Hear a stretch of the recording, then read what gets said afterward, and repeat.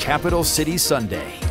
Before Vice President Kamala Harris headed to Chicago for the Democratic National Convention, surrogates stopped in Wisconsin to campaign for the vice president. Department of Transportation Secretary Pete Buttigieg and his husband Chasten Buttigieg were in Madison for a canvas launch with volunteers. Buttigieg attempting to draw a contrast between former President Donald Trump and Vice President Harris on the issues of abortion and their visions for working-class families. The Transportation Secretary, who was acting in his personal capacity for the convention this week, spoke on night 3, Buttigieg making the argument that Democrats will focus on kitchen table issues and put politics in personal terms for families. We get to choose our president. We get to choose our policies, but most of all, we will choose a better politics. A politics that calls us to our better selves and offers us a better everyday. That is what Kamala Harris and Tim Walz represents. That is what Democrats represent. That is what awaits us when America decides to end Trump's politics of darkness once and for all. I had a chance to sit down with Buttigieg in an exclusive one-on-one interview to get his take on the state of the presidential race and the change in the political landscape on the path to 270 electoral votes. Joining me on the show today is former presidential candidate Pete Buttigieg. Pete, thank you so much for being with us. Thanks for having me on. Pete, now polling is suggesting that the vice president is reshaping the political landscape on this path to 270, putting some of those Sunbelt states like Georgia and Nevada back into play.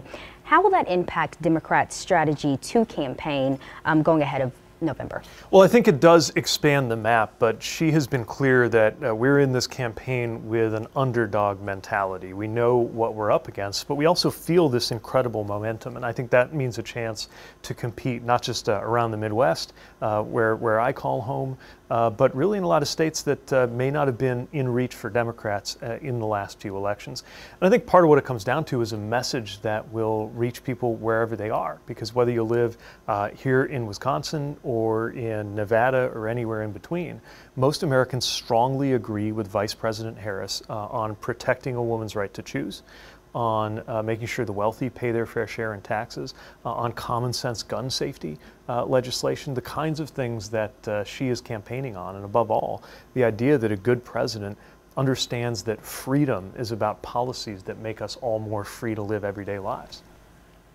And national polling is suggesting that former President Donald Trump is still leading Harris on some of those key issues like inflation, the economy, and immigration. Are Democrats concerned that this will continue to be a vulnerability for her on the campaign trail? Well, I think we should lean in on those very issues that the Republicans have been talking about the most. On crime, we need to remind everybody that crime went up under Donald Trump and it went down under Biden-Harris. I'm not sure everybody knows that, so we got to point that out. On the economy, we got to remind everybody that even if you think of the most important economic measure as, the Dow Jones or the S&P, that was lower under Trump than it is today. Energy, we're producing more energy today than we did under Donald Trump. Even on immigration, this is an issue where there was a hard-won bipartisan compromise reached on Capitol Hill. Donald Trump swept in to kill that bill because he did not want the problem to get solved. Kamala Harris has made clear that if that bill is brought to her desk, she'll sign it. So I think we have good answers even on the issues that Republicans want to talk about the most. We shouldn't be afraid to do that, even as we also talk about the issues where Americans already trust us the most, like protecting a woman's right to choose and making sure the economy works for everybody and not just the wealthy. Trump's Republican allies are calling on him to refocus his messaging on policy, the former president saying he is entitled to personal attacks against Vice President Kamala Harris.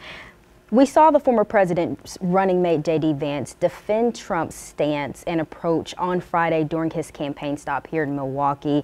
Is Trump struggling to deliver a consistent message here? Well, I know that it seems incoherent. My personal opinion is that this is actually a strategy. I think every time he goes out and does something like insult service members and war heroes or say something racist in an auditorium full of black journalists, it's not an accident. I think when he does that, it's because he needs the conversation to be about anything but his record and his plans. He doesn't want us talking about how he failed to deliver an infrastructure package. He doesn't want us talking about how he eliminated a woman's right to choose in this country. He certainly doesn't want us talking about his vision for even more tax cuts for the rich. So, in order to change the subject, he does something outrageous to get us all talking about that instead. And the challenge for Democrats is when he does something outrageous, we have to respond because we can't let those things go without challenge. But then we have to get right back to the issues that we know are going to most affect Americans as they decide how they're going to vote. There are still divisions within the Democratic Party on the current war in Gaza, the Israel-Hamas ceasefire talks, and we will likely see those protests play out during the week of the DNC. What is your response to those arguing that right now Washington has an attitude towards the conflict and not strategy to address it?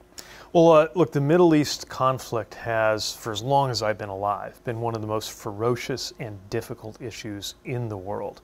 Nobody's claiming to have a perfect or an easy solution here. But in Kamala Harris, we have somebody who was among the first in the administration to be outspoken about how to move toward a peace deal that brings a ceasefire and brings hostages home. She has spoken about the suffering of Palestinian civilians in a way that doesn't make any excuses for extremism, just as she has spoken about our alliance with Israel without making excuses for all of the choices of the Netanyahu government. That's the kind of leadership that I think we're going to need compared to someone like Donald Trump, who arrived in office proposing to ban Muslims and views the Netanyahu government as a good thing in Israel. Again, I'm not saying this issue is easy or that anybody can be satisfied with the status quo. I'm saying we need serious leaders who care about peace.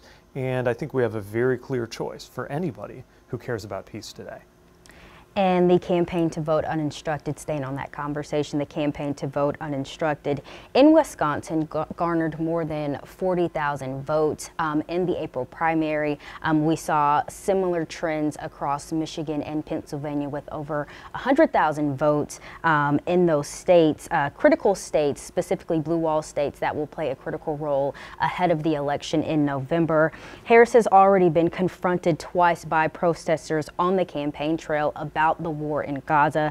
Will we see a shift in her policy approach on the conflict? Well, again, her policy approach on the conflict is to end it through a peace deal that will bring hostages home and bring ceasefire to end the unbelievable suffering of the people of Gaza. And I think you're going to continue to see outreach to everybody who is concerned about what's going on in the Middle East, a very different approach than the attitude toward protesters and the attitude toward the Middle East in general that we see from the Trump campaign. Pete Buttigieg, former presidential candidate. Pete, thank you so much for joining us. Thank you. Great to be with you.